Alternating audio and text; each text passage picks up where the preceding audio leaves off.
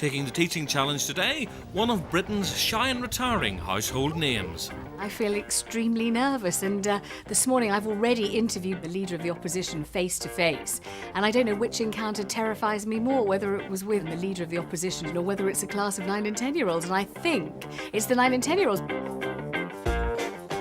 Vanessa Feltz, journalist, columnist and presenter, has never exactly been backwards at coming forwards with her opinions.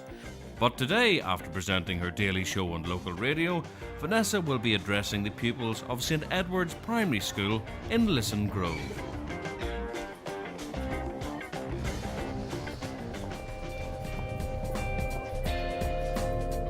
It occurs to me that I feel as if I could teach. But of course, I've had the tremendous luxury of never being seen to put it into practice, so I'm aware that I could crash and burn. I hear there are all kinds of newfangled teaching techniques which I neither understand nor could possibly hope to muster. So I'm going to attempt to teach the class in the same way that I was taught when I was at school, which may be a fatal error. So, Class 13, this afternoon... Vanessa will be teaching the Year 6 class of June Wooldridge, and the subject, relationships, as part of personal, social and health education. And today she's going to be doing some PSHE work with you. So what kind of work do you think she might be doing with you? What do you think she might be doing? Llewellyn? Physical. Not quite. Ollie? Danger, hazards and signs. OK, yeah, could be. Well, you'll have to wait until she comes in to see what she's actually going to teach you. I'm not going to give it away. But I'm sure you're going to be very good students and work really hard, am I right? Yes, Miss Wooldridge. Arriving at the school with one intriguing teaching aid, a cushion, Vanessa heads upstairs to be briefed by Miss Wooldridge. Have you got a lesson plan sorted for the lesson? What I'm thinking of is I'm thinking we're going to talk about relationships because I know you've been doing bullying. I thought we'd divide them up into tables. I thought we'd do name people that you have a relationship with. Then I thought we'd do name all the positive things you're meant to think about relationships with, and all the love and everything that people think you're meant to feel. And They you may do get feel. giggly on you because the whole relationship thing and love thing, they're at that But age. if it's sisters and brothers and mothers and yes, fathers. that's it. Just keep it like that. Yeah. Sometimes being in Year 6. Keep it neutral. Yes. And then what do you, okay, this is what you're meant to feel. Right, what do you really feel? I thought we'd do that. I think that's really good. They do a lot of role play, so that's nice as well. If you get a chance, if you wanted to put that in, they're excellent at role play. And it's nice for them to act things out, and there's some good actors in here. Okay, good. All right. If you wanted to. And ideally for that, bring them to the front of the class so everybody can see so them. they can practice where they are, Yes. and then they can show it at the front of the class. Okay. With the group work, Yes. could get noisy. What So do have you I got do about ideas? that? Have you got ideas for how you could? No, I have no idea. What do I do?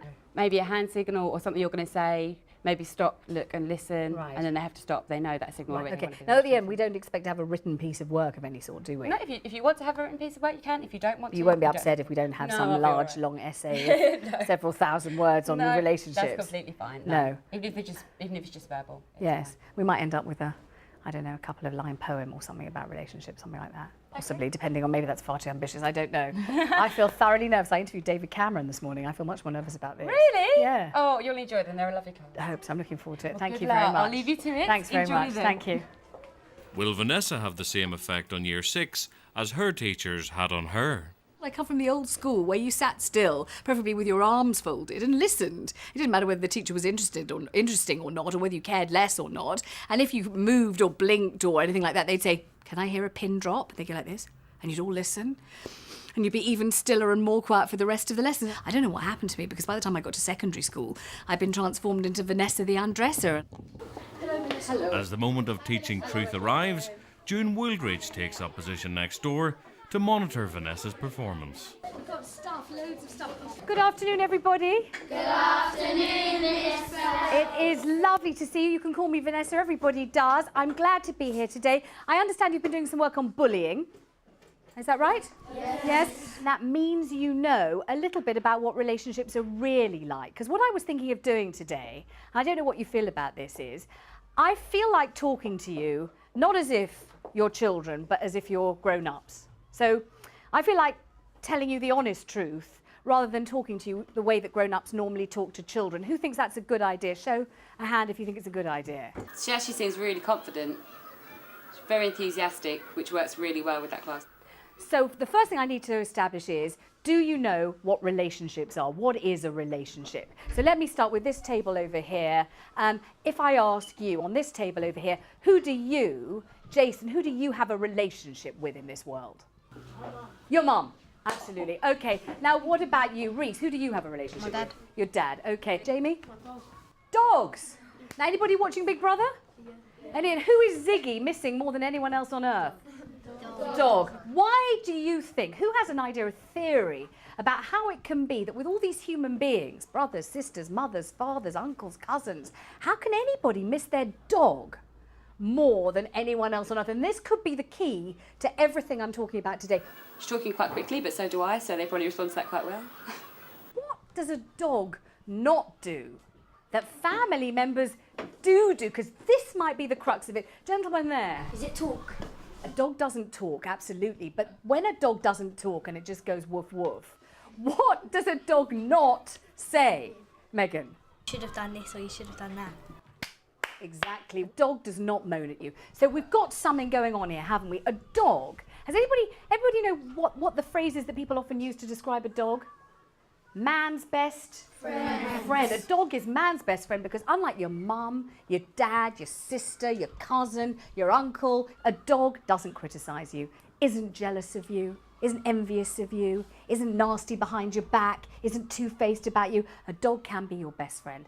And that brings me to what I want to talk about today, which is relationships. So let me show you, set the scene about my own relationships, just so you've got some idea.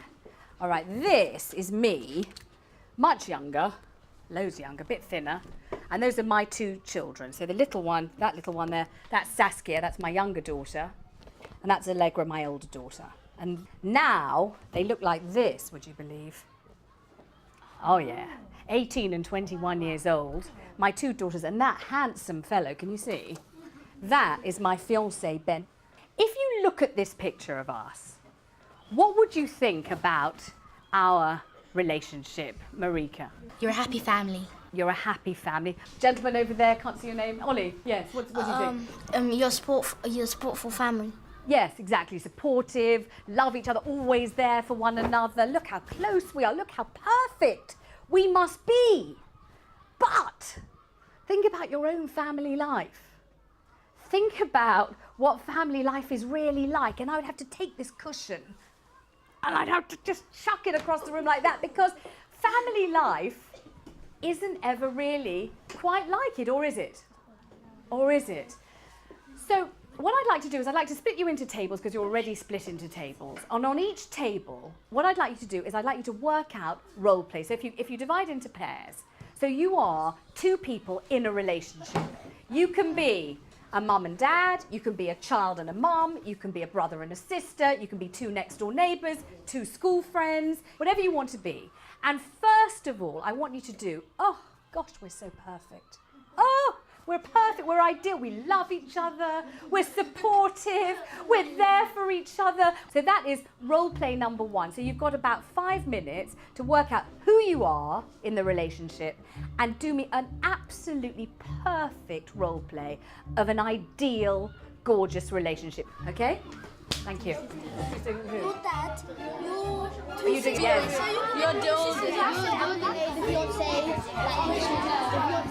It's only role play, it's not real, just sort it out. What's that? My Marjorie Dawes, did you see that? Two children still playing with that cushion. Family. Yeah. And he's the dad and we died and then we got to point to Absolutely you could. Role plays work really well within RE and PSHE. It gives the children a chance to act things out that maybe they wouldn't experience in real life. And this class in particular are very lively and enjoy this kind of activity. So you should really hit the spot with this one, hopefully. We'll see the results now. Tell me, what relationship? All right, thank you very much. If we could have silence, please. We could have silence. Thank you very much. Excellent. All right, so if we're going to get through it, we better move pretty sharpish because this is only round one of the role play. So here we are. We are the perfect family. Look at us, how we love each other, how we adore each other. Let's start with this couple over here. So you're walking down the street. Let's see it, everybody. Hi, Ruth. Hi. That's it? Yeah. I'm glad you're not my cousin. That's a bit feeble. Feeble. Okay, who's much more loving than that? More. Okay, I know you two are sisters, aren't you? Okay, let's see the sisters. Snap! Rika! Haven't seen you in ages! Last week.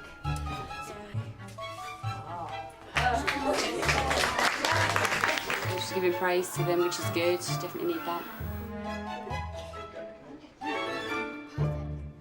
We've been perfect, we've been ideal, we've been loving, supportive, sweet, unselfish. You go first. No, you go first. You have a bar of chocolate. No, you have a bar of chocolate. I adore you. I love you.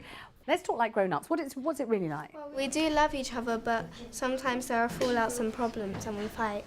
Who agrees with that? Who thinks that the people you love the most in the world, the ones you really care about more than anything, are the ones that you fight with more than anyone else in the world? Who thinks that? When it's somebody that you love more than anything and they're in your life all the time, it can be, what can it be? Think of some words that your mum, your dad, your sister, your brother, your mates can make you feel. Yes? Frustrated. Frustrated. Any other words? The people you love. I'm not talking about the people you hate. I'm talking about the people you love. Yes, Shanika, what about you? Angry. Angry, absolutely. What about you? Embarrassed. Embarrassed. What about you?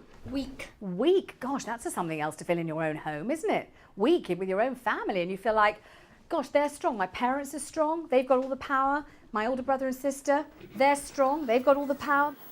Hopefully she might bring in another kind of activity soon, because a lot of question and answers can sometimes become a little bit repetitive, and also being the afternoon, they're quite tired, so they will need something else to do very shortly.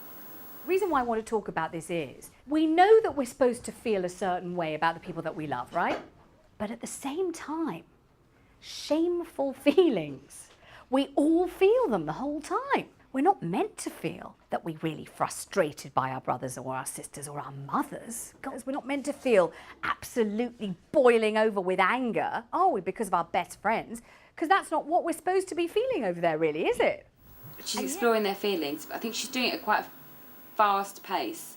So I think for the next 5 minutes, in the same pairs that you were in before, let's do the same relationship that you were in before. So if you were sisters, you're still sisters, brothers, you're still brothers. But this time, instead of being perfect, let's be how you really feel when you're angry, frustrated, shameful, depressed, all that stuff with that person in your life. Because at least we can tell the truth about how we feel some of the time. It's worth it, isn't it? Okay, so let's do, you've got 5 minutes to work out a bit of role play in which you tell the truth. Whatever. Yeah, get over it.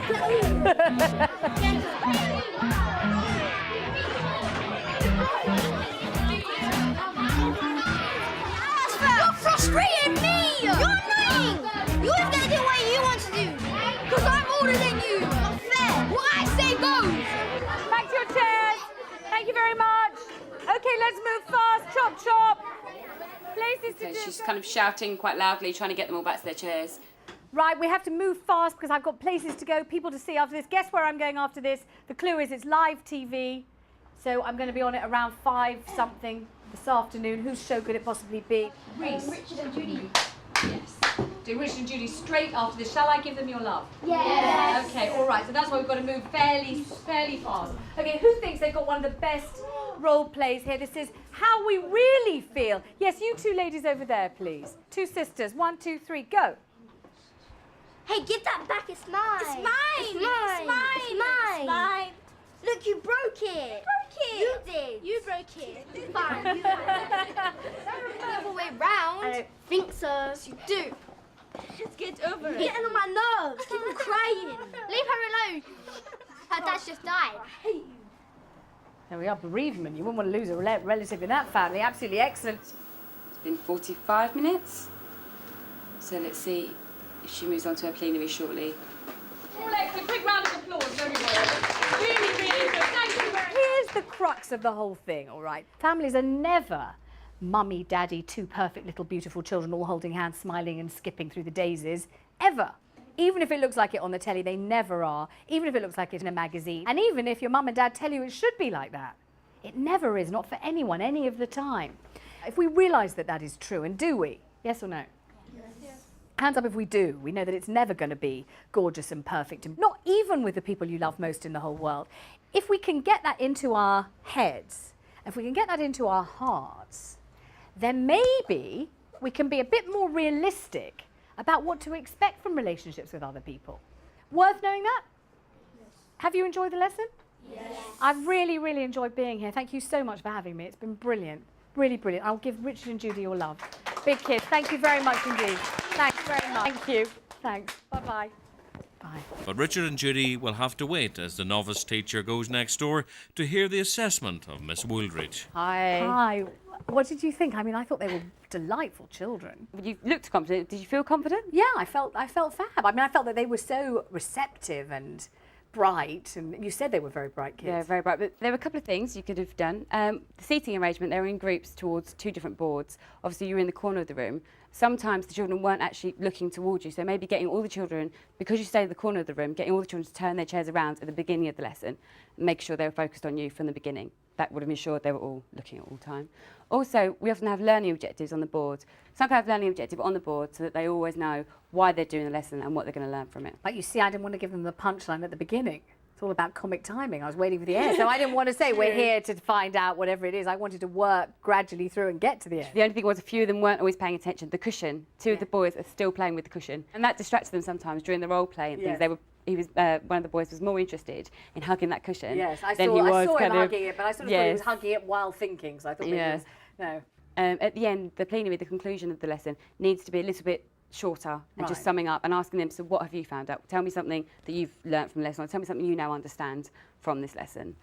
So do you think my class had turned you then from being a presenter into maybe a teacher? I wouldn't mind it. I've always had leanings in that direction, and certainly, I mean, I thoroughly enjoyed it. The only question is, have I got anything else to communicate? That's really all I really think. I don't know anything else. That's the problem. The limitations of my own education, nothing else. Oh no, I think you did really well. Thank you very much. I think they really enjoyed it as well. I enjoyed so thank it very you. much. Thank you. Really enjoyed it. Thanks for having me. After some quite positive feedback from the professional, it was time to hear the opinion of the other participants.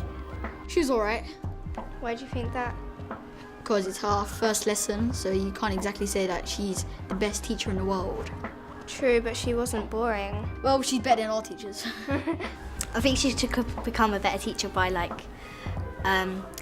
letting us all have our full opinions, and everyone get a turn instead of rushing and getting half her opinion of half the people.